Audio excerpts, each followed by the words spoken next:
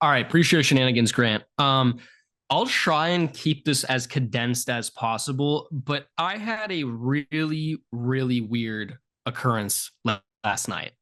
We have Okay. our alien episode. This would be more intact with that. All right, that's the direction that this is going. I feel like we're going towards like signs Joaquin Phoenix here, but go on. It actually like might kind of be like that. So last night, it was about like one. I fell asleep at like 11, 12 o'clock, right? Mhm. I woke up. I had this fucking crazy ass dream where I was being hunted. Let's just, for shortened terms, I was at my house. I was being hunted. I may or may not have some dreams like this as well, but go Yeah, on. this is like normal guy dreams, right? A lot of Are guys you like have trying like to run, but your legs just don't move? no. Like this Okay. is like I am like the package that like these like bounty hunter guys were trying to like acquire. So it was me and somebody else, and like they were hunting me down. Well, It was what did you snowy do? outside, whatever.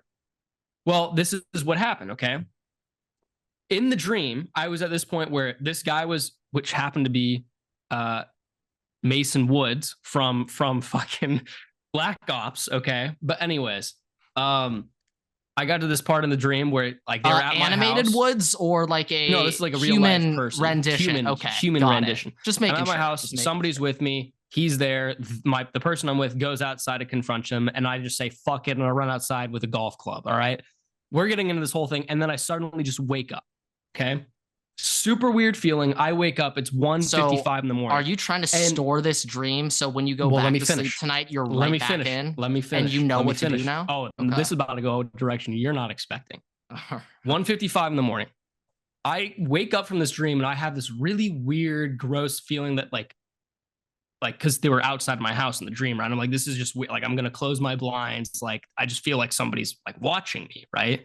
Yeah. Like the Michael Jackson Halloween song, like, ooh, somebody's watching me. Somebody's watching me. Yep. Yeah, no. So I had that feeling. I had that feeling, and I'm like, I'm just gonna close my blinds. Like, this is weird. I'm closing my blinds.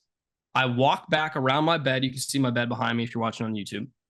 Walk back around to go get my phone just to see what time it is. And not even 10 seconds after Dan Hurley has been rumored to take the Lakers head coaching job. Not even 10 seconds after I close my blind, a car comes down my driveway. Like I can see the lights come in. I can see the lights come in through my window. It goes down my driveway and then turns back around and parks at the end of my driveway, like all the way down the driveway, and then turns back around and parks at the end of my driveway. Then a giant light comes shining through my window that's over here. And I'm like, what the fuck? I like peep through the blinds a little bit, and it's just this huge, bulky, like almost like looked like a firefighter dude, like big guy standing outside of my window with a flashlight, looking at like some of the statue things. Makes me the most now this is real life. This is like literally happened at 2 a.m. last night. So that happens. They're standing there for like a minute looking at something. Should we be sharing this on the podcast, or should we be sharing this with the authorities? Turns the flashlight off, gets in the car. I see the car light blinking. They turn onto my street. I go upstairs. I see this truck drive down past like on the main road. And then we have security cameras, and I check the security cameras footage. Guess what time conveniently is not on the security camera footage, Grant? Dude, wait, this is actually weird now. Like, I hope you're messing with me. No, I'm dead serious. 155 up to 150. 150 has it. It's there. But from 150 to 2:05 in the morning, gone. Absolutely. There's no security camera footage at all. Humorous, lackadaisical about this right now. I was losing my shit like when I woke up, because imagine going from the dream. Well, what interests me here is that like it's not like you just live on a main street. Like you got to take a side. Like no, this is like we're on like a back road. Yeah, that's what I'm saying. I'm not gonna don't like DDoS me right now. But it's like it's not like you're living on like a major. First of all, having something like that happen at like 2 a.m. in general is like really weird. But waking up from my dream and just closing my blinds and stuff literally seconds before they start shining, like this all happened, they shine light through my window and shit. That's crazy. That's probably one of the crazier things that have happened to me. That seems like genuine concern. I thought this was about to be a little lighthearted. I thought you were about to be like, I'm about to go back into the dream like it's Inception, and I'm about to this is slay like one of the this guy, creepier events that have happened to me in my life. That seems like something that probably shouldn't have even been shared here. No. I want to share it because if this happens again, there's now evidence, chronological evidence. Well, I'm now like a little bit. That's just it. That's so weird. I've never heard of something like that. First time it's just the timing of it too. With the dream, I got woken up by the dream, felt like there was somebody outside. Felt like there was somebody outside, closed the blinds, and then not even 10 seconds after that. Because where I was gonna go with this, I was literally saying like the other night, I think it was like Thursday, Friday night. That night, for some reason, I just like could not really fall asleep. And I thought it was just going to go on another case of like, for some reason, if I just randomly wake up in the middle of the night, like some major news just broke, and then I check my phone, it's literally 2 minutes before like Woj says breaking, Lakers considering Dan Hurley. I was about to have a little fun. Very much unrelated. That is your superpower. That is not mine. But I don't know what it is. I feel like my internal clock, I, for some reason, just have an inkling if something major is about to break. But for that one, I think that may just be an example. I just apparently human maybe body's I just response. have a survival clock on me. That might just be what's going on here. I would not be shocked if there maybe that dream was triggered because maybe that guy took one loop around before, shined that light, and you like your body is just like signaling like, hey, something's up. It's just the timing on that it was like literally like 35 seconds between when I got out of my bed, closed the blinds, and then the light came through. All right. I don't exactly know how I got to this point, but I'm going to make it quick. But you know what the uncanny valley is. You see those faces where it's not a human. Yes. But it's like close, but it's like something feels off. It's a little unsettling. Yeah. But it's like whenever you see that, like there's a like trigger in your brain, like stay away, danger, like watch out. And so what always interests me is if that's like a evolutionary response in humans, that implies there was and you could explain this occurrence by like Neanderthals to like Homo sapiens. You can explain it from like that, but like there was a period of time where there was some near human like creatures that were dangerous, and we've been trained, programmed like, over time, programmed to not trust whatever that is. That's what fascinates me. It's like I don't know, man. Natural human response to like a snake or a spider or whatnot or shit like that. Like we have a natural response to. It's just also somewhat the fact that human but not human. Like it's the fact that one, I was also the only person that woke up from this. Right, like I don't sleep that. Like I sleep pretty like lightly, so I get woken up by a lot of stuff. Mm-hmm. But like I'm the only person that woke up by this. I could only see the figure of the person, like the outline, because the light was like so bright. And then on top of that, the security cameras not picking up anything for just that window that's like. Now I'll be out. There could be times where maybe you were just a little tired. You maybe were seeing something that wasn't actually there. But the way you describe it makes me seem like you definitely. Well, here's also the thing. It's like happening. Like, hey, there's a chance my brain. Okay, real quick. Security cam footage, does it just skip a certain time period, or does it still show it, but nothing's on screen? If time is skipped, then that's sus. If there was just nothing on screen, then there's a chance that you may have just been thinking. No. Like, but if the time skipped, then it's literally not there. But the other thing is like, I would be like, hey, maybe my brain was playing tricks on me, except for the fact that when I woke up again this morning, the blinds were closed. Like I had the text conversations that I had been texting with people before I fell asleep again. Like everything was like kind of the way that it was. And also, here's the other thing, just a random thing. When I woke up that first time with the light and everything, because I went to go get my phone, right? I had plugged my phone in like before I went to sleep just to charge it, whatever. Okay. It had been charging when I fell asleep. I woke up, my phone wasn't charging anymore. It's just like the outlet wasn't working, like security wasn't working, or the electricity, I guess, wasn't working. I don't know. Weird. But that's my pre-show. That's my That's my pre-show for the day. Yeah. Yeah, I think you should call Homeland Security or someone. That does not seem safe for the time being. I was a little paranoid before I fell asleep again. So yeah, personally, I would not be able to fall asleep again after that. After that, like, I'm sorry, we're turning on 2013 Ohio State highlights and we're just starting the morning. Like, Avon Austin highlights are gonna be on making replay. it. All right, this will be the last thing. You know what I really should have done? I should have walked outside with the highlights on. I just saw a nice little Twitter video. Some guys fishing. They I did see that as well. And there's like his life has changed forever.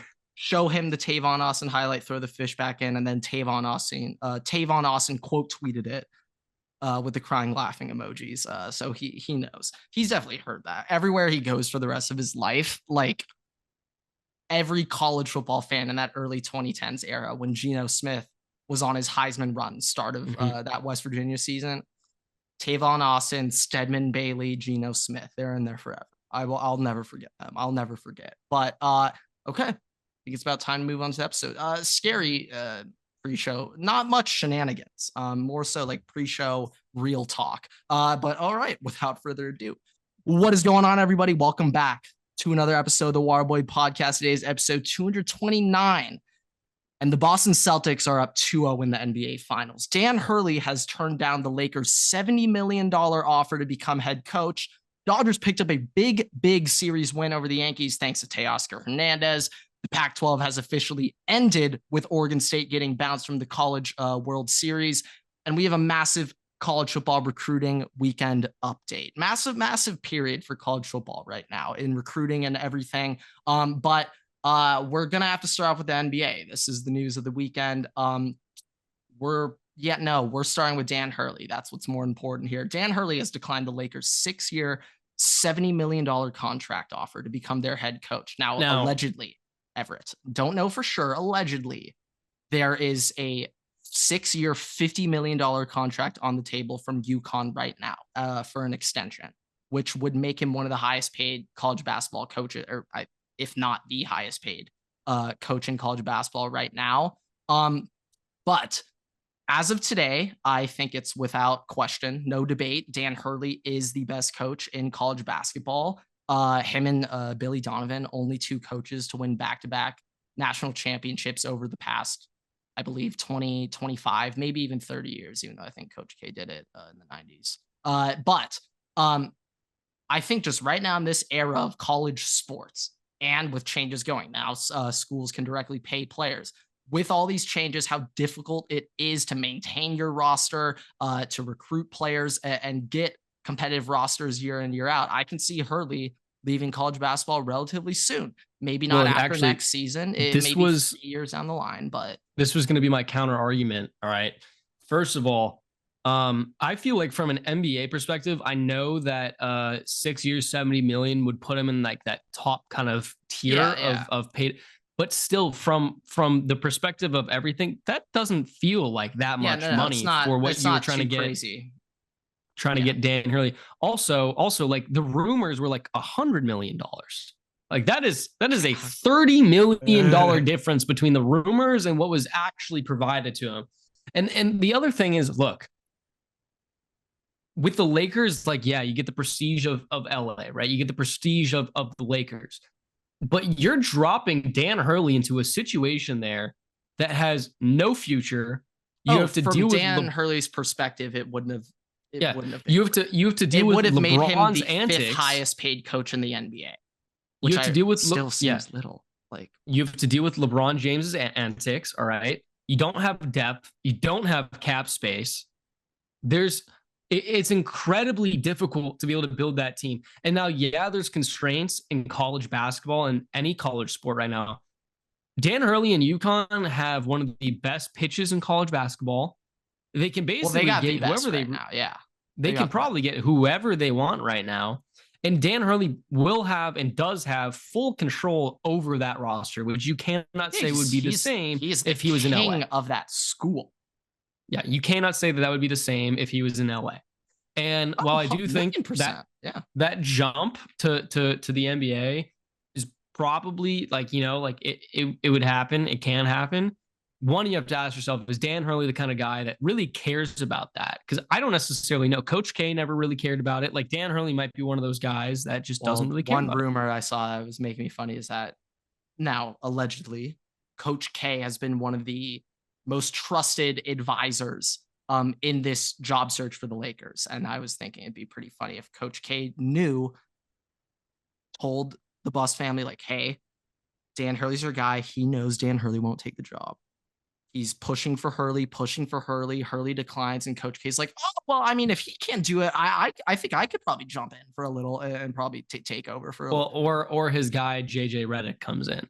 So now it seems like JJ Redick is likely the favorite. This is also what I wanted to point out. Woj this morning said the Lakers will now conduct their first former interview with JJ Redick. So just real quick side note, Shams versus Woj beef. Shams reported like 3 weeks ago, the Lakers are zeroing in on JJ Redick. Woj just eviscerated Shams' whole connection list, just being like, no, that was wrong. He was not the number one search. If anything, I thought that whole ordeal was a Woj Shams beef.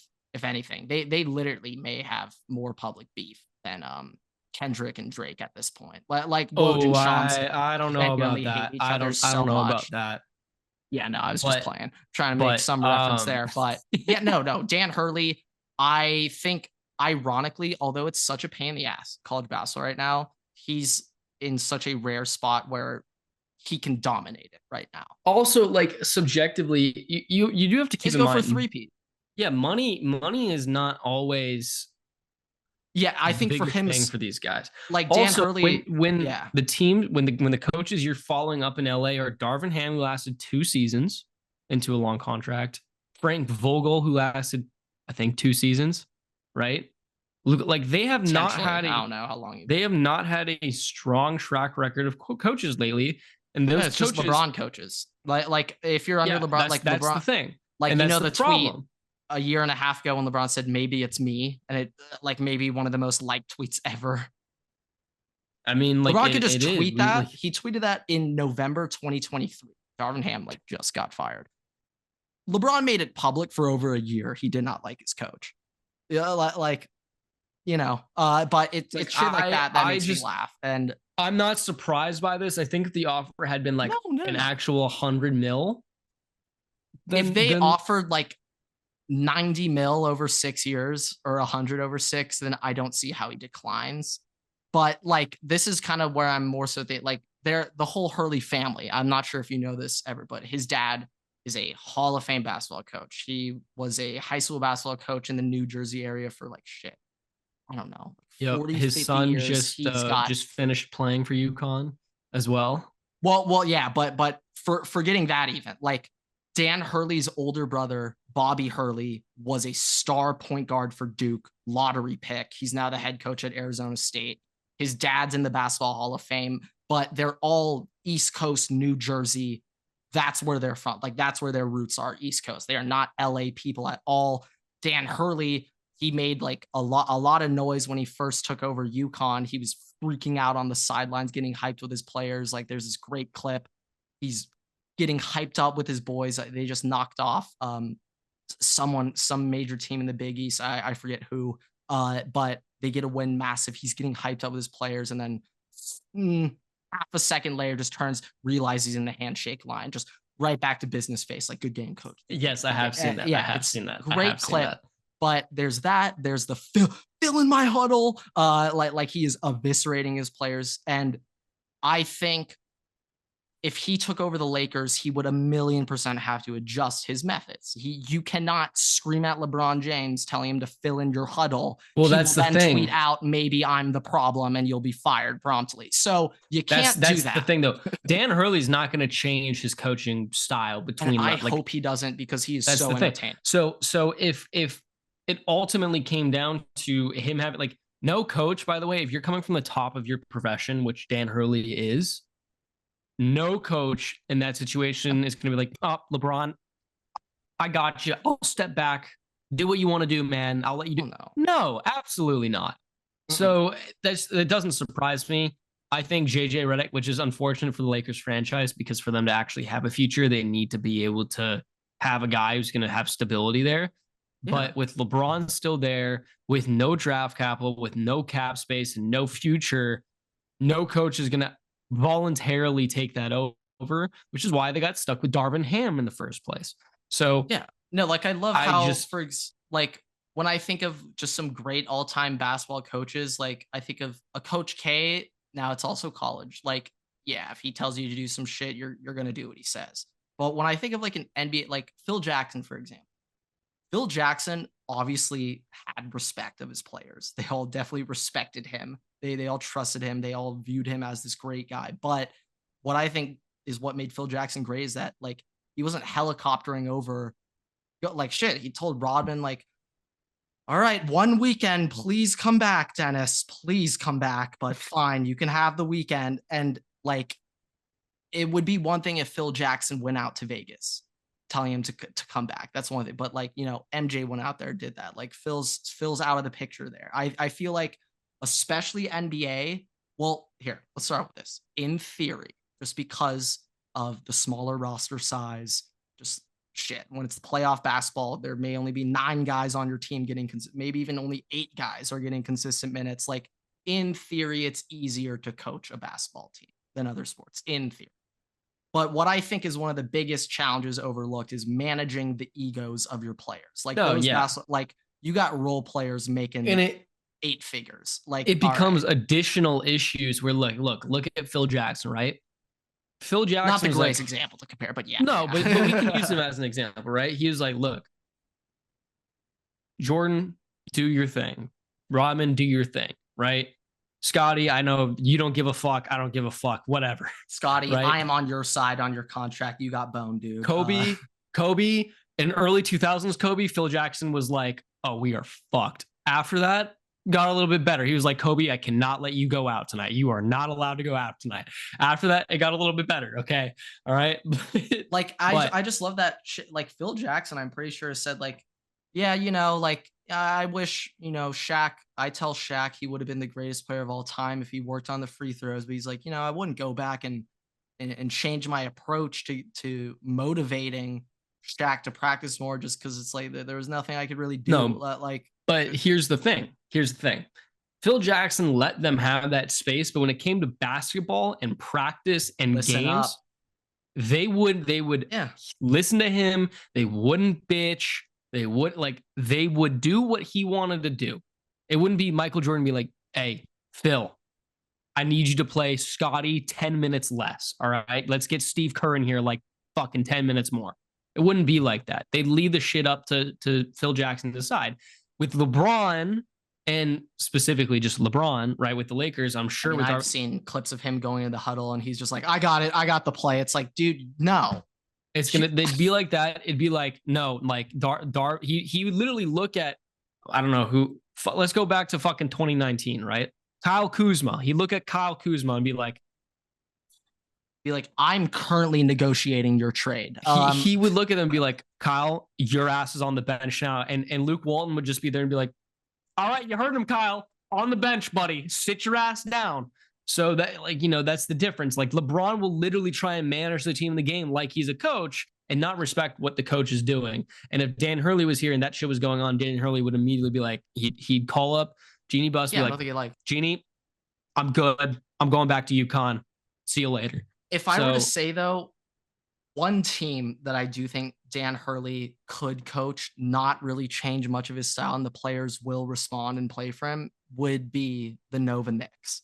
I think DiVincenzo, Brunson, Josh Hart, Anunoby, I think all those guys would listen up, fall in line. But, like, other than that, like, I would say there's only a couple of players that would respond well to him. And I think actually Anthony Edwards could be one. Like maybe down the line. I think the Wolves would listen. I think the Wolves would listen well. I also think just looking at. I think Hurley would love Jaden McDaniels. Looking over every single team, right? Raptors, I would say, would be in there just because it's a young team, competitive. But yeah, sure. But that's kind of also like Dan Hurley. Dan Hurley, obviously, you want your stars, but like if it's a non-competitive team and you stick a coach in there that's gonna be like that, they're going to be able to instill that kind of what they want, right? I would just assume he's not going to get any roster control everywhere. And I do think he likes that. It's going to be he's GMs. No, but that's going to be the general problem everywhere because NBA teams have GMs, right? I'm not sure. So I think unless you're Popovich, but yeah, I think Pop is the only one that's like, well, I don't even think he's technically the GM, but like he's like the only one that like actually has a say that matters in those meetings on who they take. Like Spoelstra too, I would guess. But other than those two, Steve Kerr. I feel like Monty Williams had a little bit of say while he was on the Suns, but he got high. Well, I mean, he just got axed. He's actually the 4th highest paid coach in the NBA right now, getting 13. Where is he at again right now? He just got fired from Detroit. If Monty Williams can't fix them, I really don't know who will. But even Monty was just like, there is a chance he may have. I'm not sure if might also have a little bit of say with and well deserved, like if anything. But here's another example. LeBron James literally tried to fire Eric Spoelstra from his job when he was in Miami. Like that's another example. I just saw we don't the other day don't listen to LeBron. LeBron just doing his vintage, like just lying off his ass. He was like, yeah, I'm, that second rings, it's actually, I'm give Spo some credit here. He was the one, told Chris, you gotta space the floor, sit in the corner. And I was just like, so now you're gonna give him props? That's funny. But took a minute. Yeah, I do think 2-3 years down the line, that Knicks job either opens, they get rid of Tibbs, or he's just not gonna get it.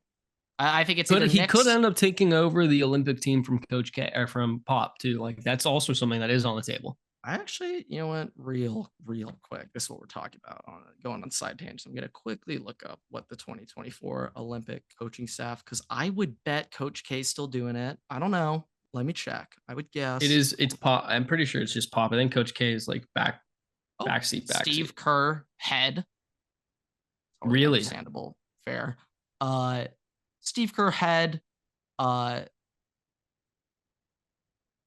Greg Popovich was head coach, but he's like, nah, I'm just doing assistant. Like I got this Victor Wembanyama guy. I got to get ready. Yeah. So Pop's assistant. I'm not seeing Coach K on here. I don't think he is. But it's definitely. I think he's not involved anymore. 100% just a legendary staff. But like for me personally, what like kind of made me a little sad. I love how the old Olympic teams, it would be your 14 all NBA all-stars and then just one guy out of college.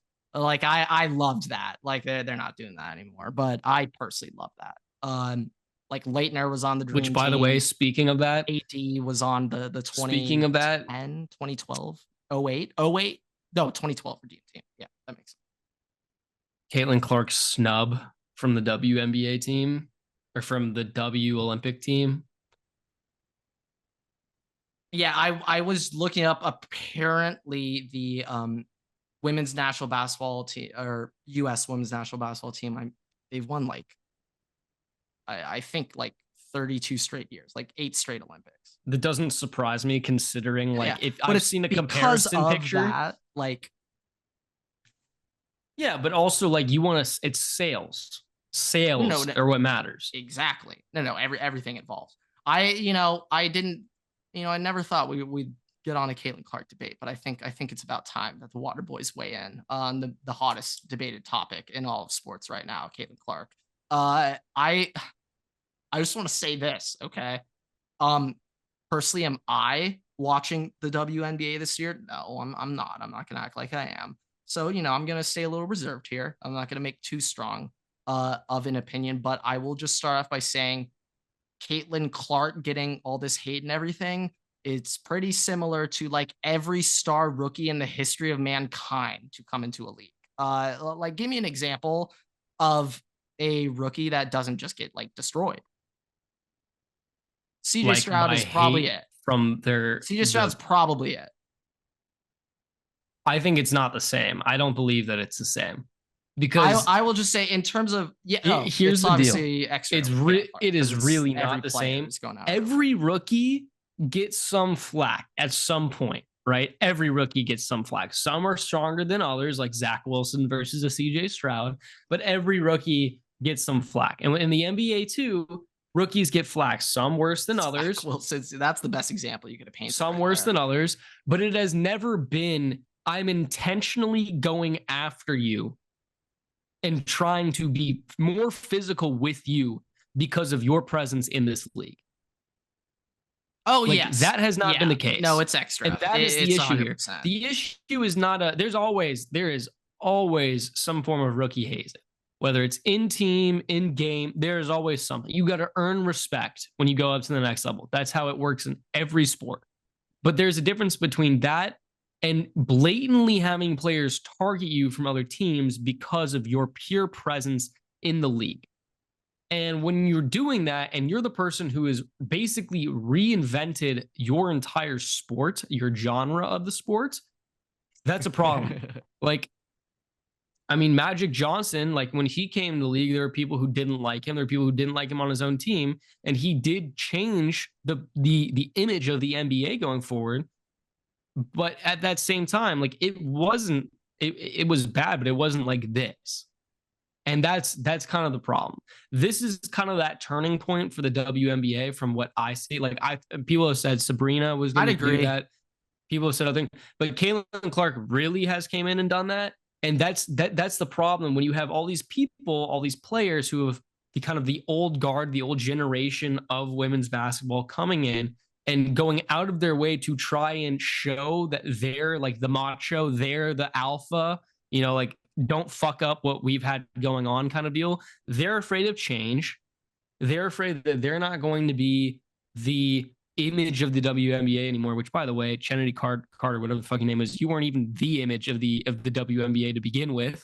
We've gone over your whole history on this podcast before. Angel Reese being everybody's watching for me too. We got to remember that. I don't see you selling out stadiums. What the fuck are we talking about here? That was objectively hilarious when she said that. My favorite point though is that it's the ego. Angel the ego Reese will on go out these people.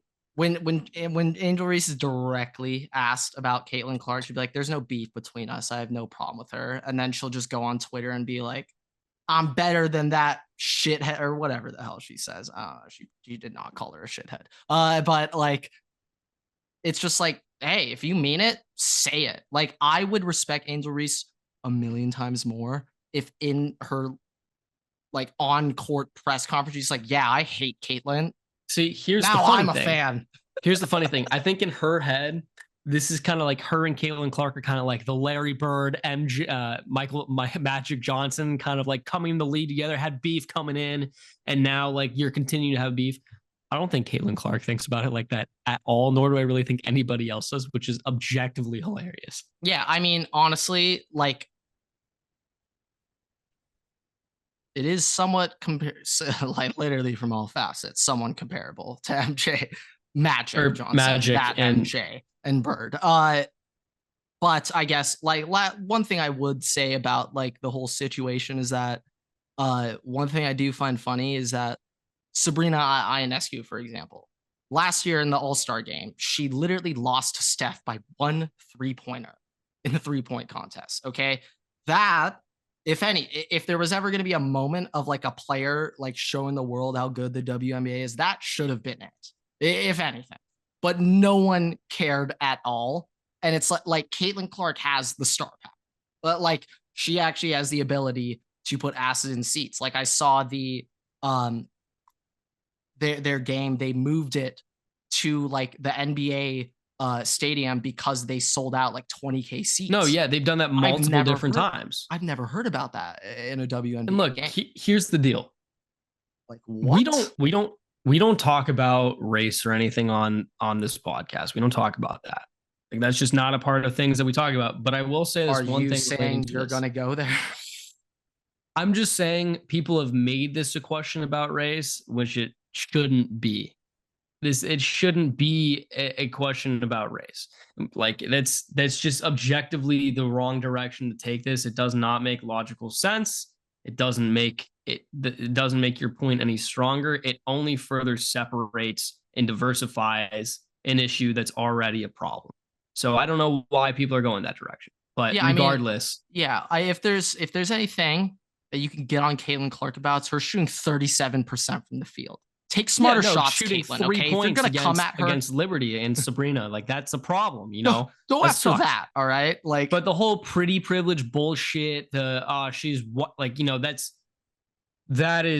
objectively just cap. Like that's just bullshit, and that shouldn't be an argumentative point.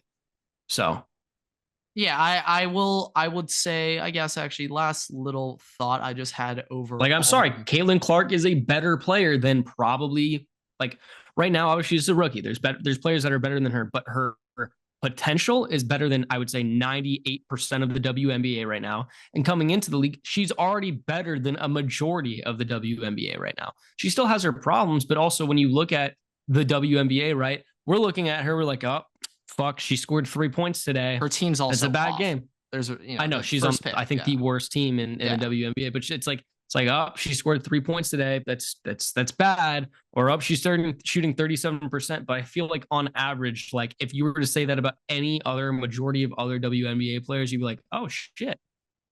Like it's not like it's different standards. That's the thing. So yeah. Objectively speaking, I'm quite removed from this whole thing. I don't really. No, I am too. But I've obviously seen stuff about it, and it's just the point of you're bringing up the topic, then at least bring it out. Let's do it the right way. Let's do it the Waterboy way. So, but Grant, zero facts. Here's one thing I wanted to talk about. Okay. This is with the NBA. We'll finish. This is going to be like the last thing on the NBA. Okay.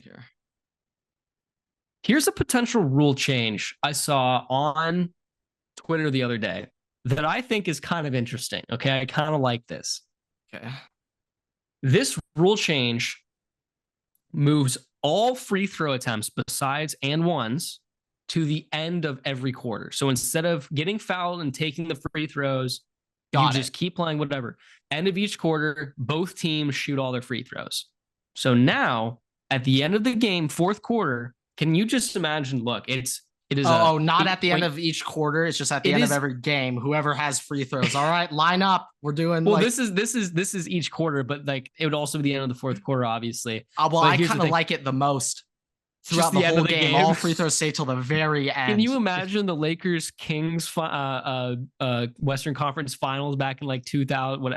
All right, Lakers are down 24 points. They have 39 free throws, but Shaq shooting 18 of them. Can they do it? But I do kind of, this kind of gives me more like, penalty kick, like funny shootout kind of vibes. I kind of like the fact that it's like you could have a 10-point game at the very end of the very prime end. James Harden. It's like James has 19 free throws to shoot here at the end of the game. Luka Doncic. I do like how with that rule, the and ones. No, you shoot. Can you imagine if you got to get your and one right there? But yeah, the and one you get, but you got to get that right there. Can you just imagine though? It's like, all right, the Bucks have 30 free throws. Giannis has 20 of them. We will be here for 45 minutes waiting for him to shoot. It's like, okay, well, fuck. Yeah, it's like on average, like kind of like if you remember Pedro Baez on the Dodgers, he consistently averaged the most time in between pitches in the MLB when he was on our team. I think he averaged 48 seconds between pitches. It's just like, dude, are you writing a fucking email up there in between pitches? Like, dude, what is wrong with you? But yeah, no, Giannis, he has, I think at this point, he is the unanimous time waster, taking 19 dribbles before his free throws. But that actually could be nothing cool. is funnier than prime free throw Giannis, where people were literally counting down the seconds. So he's just staring at the hoop for like 16 seconds before he takes like 3 or 4 practice shots, dribbles the ball another 6 times, 2 more practice shots, holds it, stares at the hoop, dribbles a couple more times, then just stands still. Like, all right, do it again. Okay, all right, one more time. That could be interesting, actually. That could be. I just like the idea of it. Like, I enjoy kind of end of the games, high tension shoot. Like, I like shootouts. I like penalty kicks to end the games. Like, I've always been a fan of of going to PKs in soccer. I love PKs because everybody loves PKs in soccer. Who doesn't? That's the highest tension. That's the most fun that you get watching soccer. So what's not saying like you get to the end of the fourth quarter, it's a 10-point game, and you come down on the wire on free throws. Oh, that's going to be great until somebody loses like $3 million betting on the over under, and it's like, all right, mathematically the Mavs no longer can beat the Celtics because the Mavs don't have enough free throws. So we're just calling it a scratch right now. It's like, I needed those 3 fucking points. It didn't matter, but I needed those for the over. You know, so, like I've heard of way worse ideas. I kind of like it have to be implemented way differently, but I do kind of like that's an all-star game kind of like idea to like just put it in the all-star game, see how it goes, and then go from there. Yeah, but honestly, I'm not too against that. Last little thing I want to bring up about the NBA Finals. You weren't safe from us today, JT. You know you weren't. Among players who have had at least 150 field goal attempts in the NBA Finals, Jayson Tatum has the 5th lowest career NBA Finals field goal percentage at 35.4%. Good for JT, and Knicks fans, you can't say shit. He's just slightly below Patrick Ewing, who had a 35.6% field goal percentage in the NBA Finals. So don't come at him exactly. Your superstar was awful too, but Tatum, I think at one point he's doing last all night, of he that. was 5 for 17. He's doing all of that just to still get to do the Kobe Trophy picture at the end of the fucking week. We know it's coming.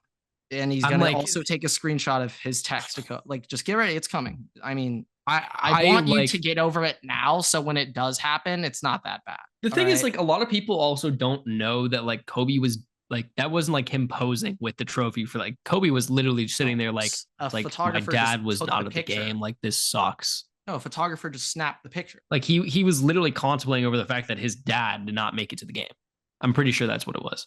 So like that was not like it ended up being hard. Like it's a great picture, elite sports picture. I would arguably say it's the 1-1 of sports pictures, but anybody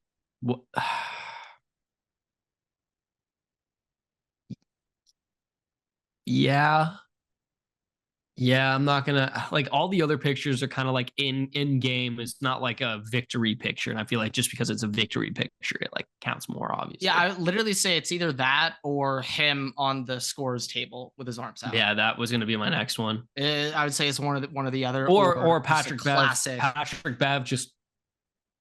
Yeah, no, I mean anything with Pat stink Bev photo. is high up there. The LeBron Dwayne Wade also. I was thinking LeBron J.R. Smith. That's where I immediately went. Not the Wade. Oop, even though that is. I mean, yes, this iconic. Also objectively is hilarious, but like I wouldn't say in terms of iconic picture. Oh, Grant, the most iconic sports picture of all time. Most iconic sports picture of all time: Tiger Woods winning the Masters, putter in the air. We're talking 2019, the most recent one. Okay, yeah, that's I would say like that, and also arguably, although it's a video, not a picture, Tiger hugging Charlie Woods after that Masters, but also when Shaq was pointing up to Sharif after he made the alley-oop in that Western Conference final. There's so many to pick out. That, there it could be Barry Bonds with his hands up after he hit that last home run to break the record. Like so many. There's so many we go off here. But it's gonna take too much time. We can't get into everything. Okay. My quick little MLB shout out Teoscar Hernandez. Oh my God. I was gonna say, what a weekend for great Teo. Entrance into almost Father's Day weekend. So yeah, now Teo, one thing to point out, he did come from Toronto. He has played the Yankees a lot. He's faced a lot of Yankees pitchers in the past, but this year, Yankees got some movement in their pitching staff. Their best pitcher so far is this rookie Luis Gil. 26-year-old. He's been absolutely dicing it up for them. Stroman's in their rotation too. Marcus Stroman is a Yankee. People forget. Garrett Cole should be coming back a little soon, but big time series one. What the fuck was his name from the Giants? Rodon. Yes. He's been awful. Still hurt. I know. It's because he shaved the beard. I was so happy he didn't go back to San Fran, but we thought we were going to get him for a second. Yeah, no, I thought we were in on him. He was, in my eye, that last season he had in San Fran. He was one of the best lefty pitchers. I will say Teoscar and the Dodgers. We talked about this the other episode. Getting the wins in New York was like a big thing that the Dodgers needed to do for just themselves, for the playoffs, for all these other things. Yeah, and they were able to do it. They were able to do it, which is big. It's very big. So. Yeah. Also, Freddie, he has been heating up. He has been hitting much better. Freddie is almost over 900 OPS again. He's at 880 right now. So Freddie's getting back on track. Teo actually just jumped Will Smith in OPS. To describe how crazy his weekend was, Teoscar Hernandez, before the Yankees series, he had a 780 OPS. He now has an 850 OPS. We're already 60 games into the season. He just moved up by 0.07 OPS in a weekend. Aaron Judge is also doing some heinous things right now as well. I mean, Aaron Judge actually, he did just own us. He has a 5 WAR. He's actually on pace for June like a 1st, 12 WAR Everett. Since June 1st, he's just been in a different stratosphere. Yeah, no, and it's nothing to be ashamed of. Saying Aaron Judge is better than Shohei today, it's like there's nothing to be ashamed of saying that. Aaron Judge is amazing. Like, this is just what I'm saying. Foreseeable future. At his worst, Shohei Ohtani will be a top 3 hitter in the MLB. Right now, I would say he's 3rd behind Soto and Judge. But that's the floor. Next year, he probably will be the best hitter in the MLB when Judge takes a step. Like, it's going to be great when the Yankees do all of this just to lose in the playoffs. Like, this is probably the best shot since 2017 or 18 we've had at a Dodger Yankee World Series. But, hey, this is the year. This is the year that it gets done, if it will get done. Need to get some pitching reworked for the Dodgers, though. One other thing, Grant, unrelated to the Dodgers or the Yankees, but related to a Dodgers rival. Obviously, we've talked about Luis Arias a decent amount on this podcast. He's one of my favorite players. Now, unfortunately, I can't cheer for him anymore. But no, you can. You can. Grant, did you know that every night of Luis Arias' MLB career, since his very first game, he has gone to sleep as a 300 or better hitter? He's one of 11 players since 1901 who can say that. He has never had a batting average. Season. This is like career. Yeah. Season, career, everything, no matter what. Oh, he has never gone to sleep with a sub 300 batting average. Like in a game, he could in a game maybe he could have batted below 300, but his season batting average, his career batting average has never been below 300. That's pretty ridiculous. I'd say like Luis Arias, I would say like right now, he's one of the only guys in the MLB that is just going up there taking what the defense gives him. He I remember hearing some interview. He's like, yeah, if for some reason they're still hitting me over with a shift pull side, like my goal is to slap it down the left field line or just right where the shortstop should be, and no one is there. And it's like he's like a high school baseball coach's dream.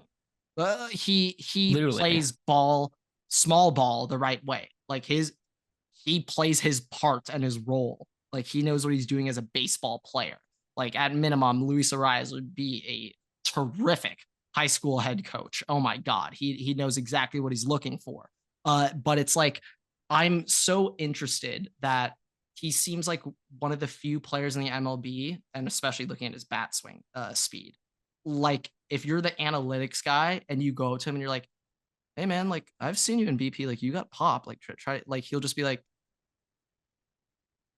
what? I'm the leadoff hitter. Like I'm here to get on base. And it's like, he does not play the game analytically. He's not trying to pull it every time. Like he is trying to just get on base, get his hits. If you look at his like XBAs, he is both Billy Beans, not similar to what they should be on the actual batting average. So he's both Billy Beans' biggest nightmare and biggest dream come true at the same time. Yeah, like there are many areas where Billy Bean would be like, I will never have this player play for me ever. Like I would say if there's one thing you can knock him on, It's the field. Besides fielding. Yeah. No, that's like the one thing you can knock him on. But it's just like, he's got a 0.3 DWAR this year. In an ideal position, he would be somebody's DH. Like that would be. I wouldn't want him DHing for me if you're gonna be my contact. Like, well, are you looking? It depends the way that you look at DH. It depends if you're looking on DH as like you're getting power through their home runs, or it's just like you're just whatever you do to hit, just be a good hitter. Yeah, I would prefer my DH to kind of be more of that power role, than just like a high batting average type of hitter. Like I would just prefer that. And also the way I think is that if you are more of a contact hitter, odds are you're pretty athletic and you probably should be playing in the field more often.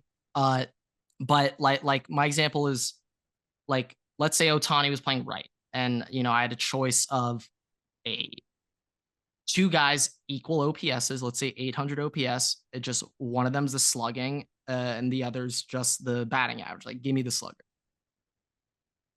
I feel though that it does kind of depend how the rest of the offense works out though, because if your offense, kind of like the Dodgers, is majority slugging, at least that top half is big on slugging, I might want a DH who's just going to get on base because the rest of the guys will be able to hit him in. Yeah, it's I'm more so just thinking like player archetypes. Like, no, that is fair. That's fair. I just think that it's fully based on what you already have collectively as a team. If you already have those big, power hitters, I feel like maybe having somebody that's just focused on getting on or driving in is a little bit better. Yeah, I would say actually, like once Muncy's out, that's a potential a lefty power bat we could look to replace or not. I mean, we don't need to replace him with a lefty, but it could be a righty. Just somebody who preferably hits well would it's be just great. That'll be third base, so we probably want a beefy boy there. Well, Will Smith's righty, but Will Smith. Yeah, I'm not too worried about hand per se, but when I look at like Will Smith and Freddie, those are our contact guys. Like obviously they can go deep, but like we're not asking them to go yard. Like Ohtani and Mookie, ironically, like we're like fucking go for it, dog. Like you earned it. But Will and Freddie, like they are there to hit Mookie and Shohei in. When runners are on base, you need to knock we did that the other night. Center right. Yeah. I think the other night was the first time I had ever seen 1, 2, 3 all in. Yeah. Or 4. I think 4 might have been first 4 all in. Yeah, I remember my dad was joking. I kind of thought this would be a weekly occurrence. And I think this is the first time. That's what I thought too. But apparently not. But right now, like I would say, we got the best 3-headed monster in baseball. I'm not gonna say that. Everett, I'm looking right now.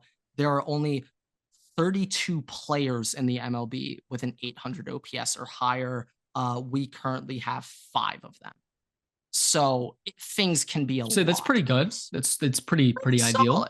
We have 5 of the 32 players with over an 800 OPS. We'll take that. Better than not. But yeah, that was kind of the MLB update. Big series win for the Dodgers. And now some college sports news. Starting off, the Pac-12 has officially ended.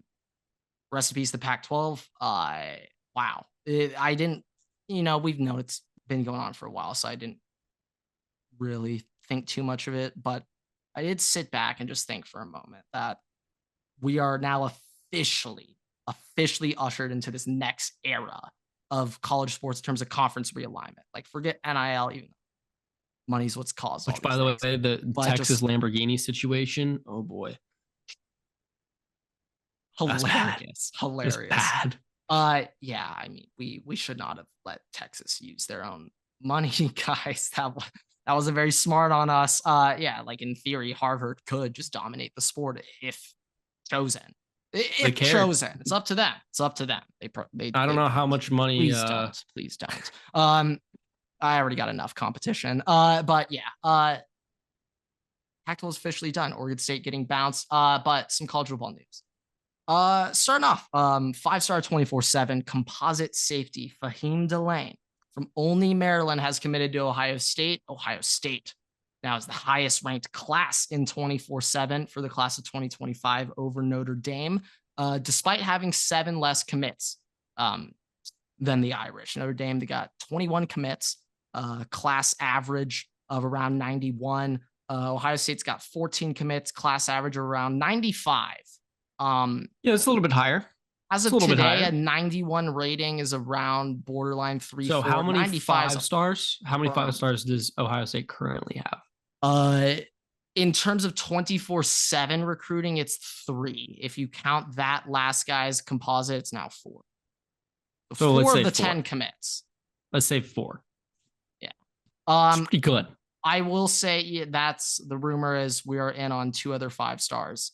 One from the state of Ohio, Trey McNutt, and another tackle, Carter Lowe. Great name. Out of North Carolina. Great name. Yeah, Trey McNutt. Yeah, that guy's going to be a hard hit. Safety, too. Imagine just ball popped up. McNutt!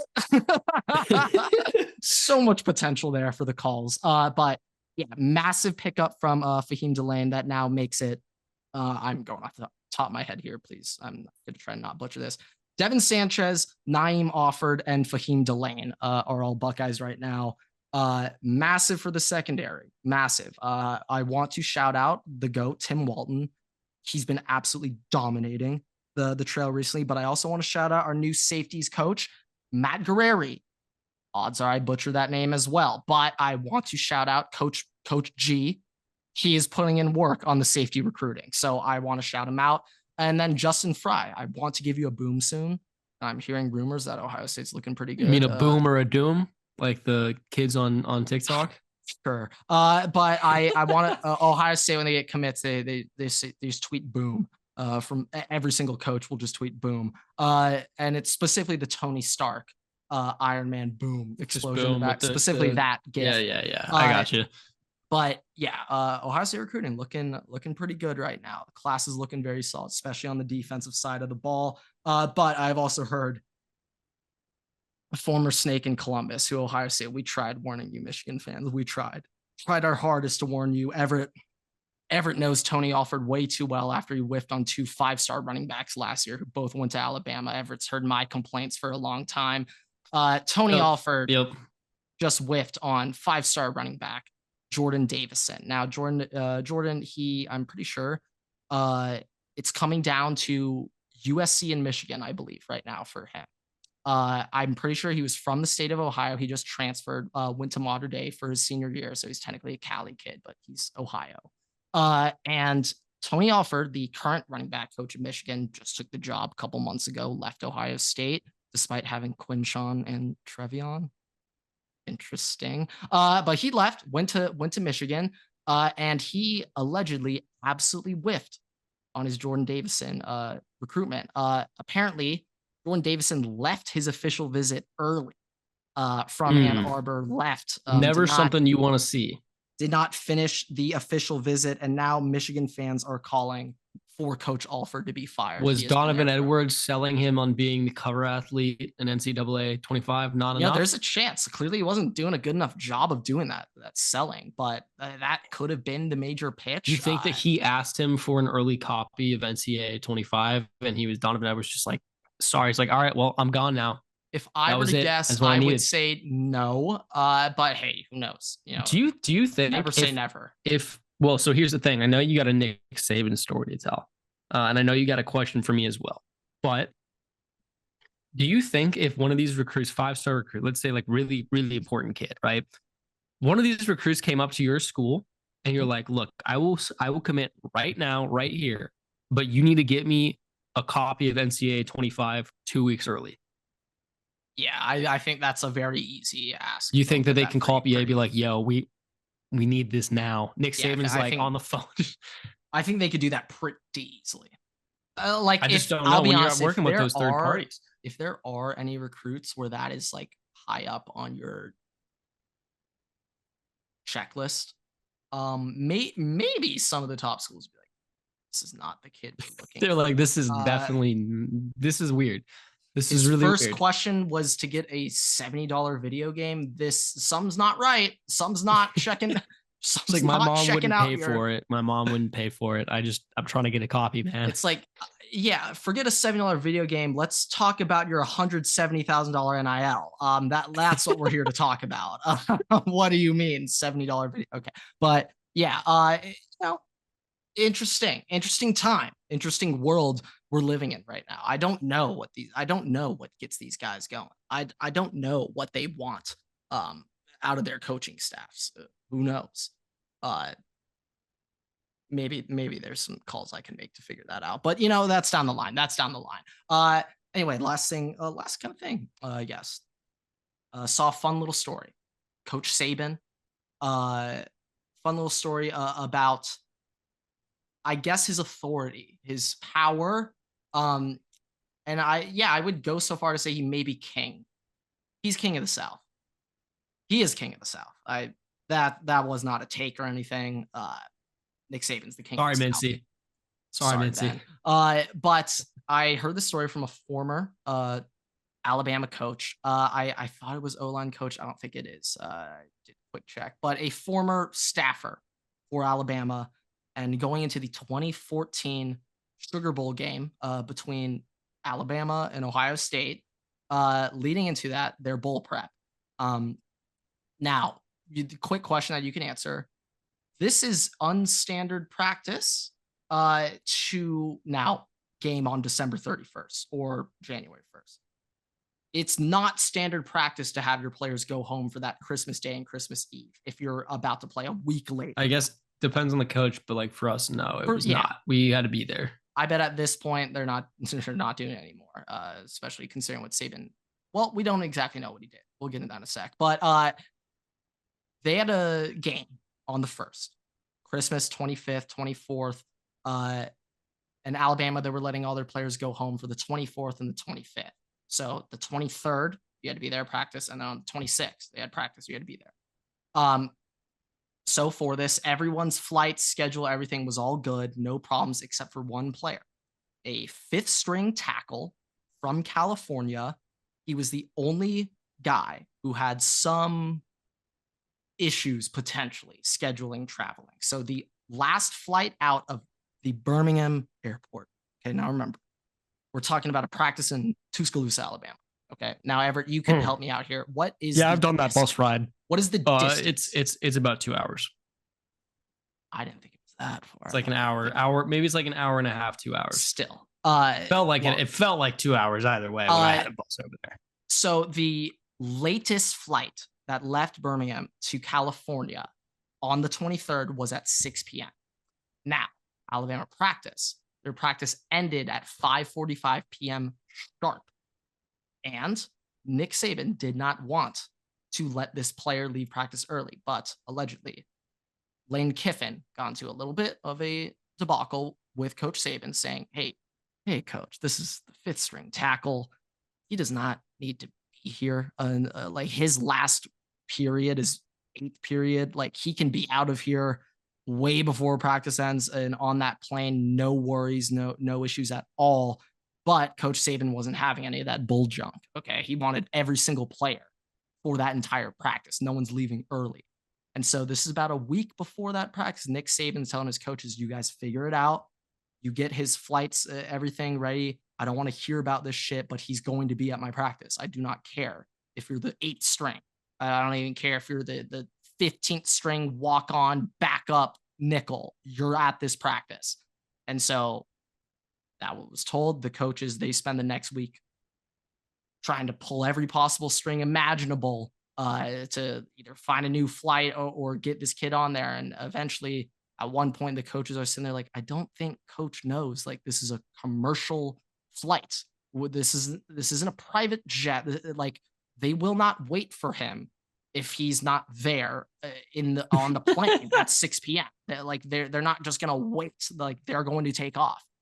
And so it's about a day before the practice, and finally, the assistants, they don't know what to do. They're like, shit, this kid, there's no way he's going to make it to Birmingham if practice ends at 5:45 for a 6 p.m. flight. Obviously, the math doesn't add up. So Nick Saban goes, fine, I'll do it myself. I didn't want to do it, but I'll do it myself. Fine. And apparently, one phone call later, Nick Saban had sorted everything out. Now, the next day, it is practice. It's the 23rd. It's around 5:45 p.m. This 5th string tackle's flight is supposed to take off 15 minutes. 3 police officers show up to the practice field. They say, hey, we're ready to take Jordan or whoever. We're ready to take Jordan to the airport. Three of them, the O-line coach or the coach had no idea what was going on. And he is sitting there telling his lineman, like, hey, like, you text me everything. Like, I just want to make sure you're on the plane. If anything goes wrong, like, let me know. I'll come out and get you. Like, we'll get it sorted. And like 20 to 30 minutes later, he just texts his coach, I'm on the plane. Now, with that information, okay, this coach to this day, the number one thing that he needs to know and is the most curious about, what keeps him up at night, is what did Nick Saban do to get that kid on the plane? What did he do to get him that police escort and everything? And that's, I mean, look, question. You got to think about it, right? There's a police escort, but then when you get to the airport, you got to get through the security line, you got to get to the plane, and you got to get on the plane, all in a span of, I don't know, 5 to 10 minutes, if that. Like, did they just fucking take him out on the tarmac and he just walked up? That's the only explanation I could really have. Like how else could he have? Within 30 minutes, look, I have been 16 p.m. He was on the plane, Everett. I have been in that Birmingham airport. I think it might have been the one I was in, could have been a newer one, but let's just say it's the same airport, right? That airport is just one really long line. Like, it's just one super long line for all like the terminals, you mean? It's just, yeah, it's just one super long. Okay. It's just everything. From TSA right? To everything. Got it. So, well, TSA, it's like a T. So you get through TSA, and then it's just a really long, like Chicago O'Hare kind of. Never been. Sucks. So if you're on the wrong side of that, if your gate's just on the wrong side of that, that's like a 25-minute walk, 20-minute walk to get to there. So that's the other thing too. Like, that's just crazy. This is also, I'm thinking, let's say you were on that flight. Let's say you're from Alabama, and the pilot says, sorry, ladies and gentlemen, we're going to have a slight delay. We're waiting for a football player just wrapped up practice, Brian Denny. We're waiting for him to come on by. I actually think the majority of people on the plane would be like, we'll wait. No, literally. If it's a Bama player, we'll wait. Player would walk on, and it would just be handshakes, resounding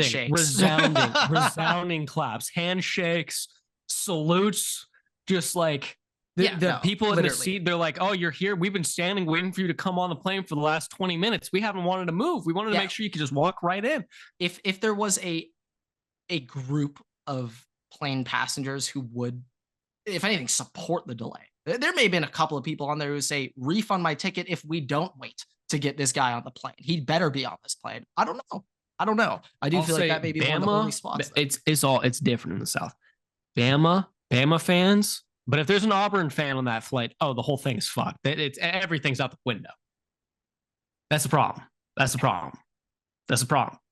I would say Bama fans, and I will put Vikings fans in there. If you had a PA call for whatever reason, a Vikings player was going to be on a plane, a commercial plane, for whatever reason that was going to happen. They're like, hey, got a call.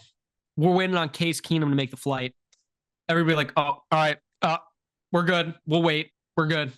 We'll be 45 minutes. It's fine. Somebody's got a connection. Be like, all right, I'm already booking a different flight right now. Like, don't even worry about it. Don't even worry about it. Like, yeah, I would say that may be a slight example where it would be okay. But the last question I had for you specifically, if we're going to talk about police escorts, because I'm going to imagine for someone to go from Tuscaloosa to Birmingham and be on a plane within 30 minutes, I'm going to guess he may have had the greatest escort of all time. I don't understand how you could get from point A to point B on the plane in 30 minutes. Did he plane over there? Like, they took him in the helicopter. They took him in the helicopter and bounced. That actually might have been what the fuck happened. He took a helicopter. That's the best explanation. He took a fucking helicopter. Yeah, no, that's the actual best explanation. They just bypassed all security. They landed right there. It's like GTA. You're fucking hopping right into the airport. Actually, now a 1,000,000% he took a helicopter. Nick Saban. 1,000,000%. Nick Saban got his fifth string walk-on tackle a helicopter. A helicopter to make his plan. All right, that's why he's the GOAT. That's dedication. That's showing care for your players. That's the definition of going above and beyond for your employees. You think Lincoln Riley's doing that shit for a fifth string tackle? Hell no. You don't make that shit to LA. You don't make the drive to LAX. Oh no, we'll see you later, buddy. You're just not going home for break. You're stuck here. There's probably so many kids at SC just from LA. It's like I got a 3-hour drive. Of distance wise, not very bad, but traffic wise, yeah, I'll distance wise maybe 14 miles, 15 miles, but like I'll be in this car for the next 3 days. No, yeah, like distance wise, yeah, you're probably okay. For reference, this is my quick little LA traffic complaint of the week. So I, went to go visit the unnamed intern. About won't say where. Yeah, not saying where. About a 2-hour drive outside LA, 90 miles. Okay, that was the distance. Okay. At one point, I was on the 101, trying to get from the 101 to the 405. I was quickly rerouted. You did not take PCH all the way up or down? Slight docks there. People may know now, but on my way back, I was like, I just need to get home. I don't care about the views. But like on this drive back, it says around 20 to 30 miles left. Hour 30 remaining. I spent more time waiting to get through that last 10, 15, 20 mile lane. I spent just as much time waiting through that as I did traveling the 60 miles beforehand to get up to that. Yeah, no, it sounded like you needed a police helicopter escort. That's what it sounded like. It's ridiculous. Should have given Nick Saban a call. Yeah, no, it was not okay. Like there's too many people. I'm curious how USC or UCLA's like police escorts, like how OP those are. It must be because for us too, like for us in some circumstances, they were great, and then the other times like we didn't really need them. But the schools were like you can't get like when we were in Washington, UCLA to get to the Rose Bowl. When we were in Washington, they better have a police escort. You can't have police escorts in Washington because it's like the capital. Like they need the police DC, for so you can't get them there.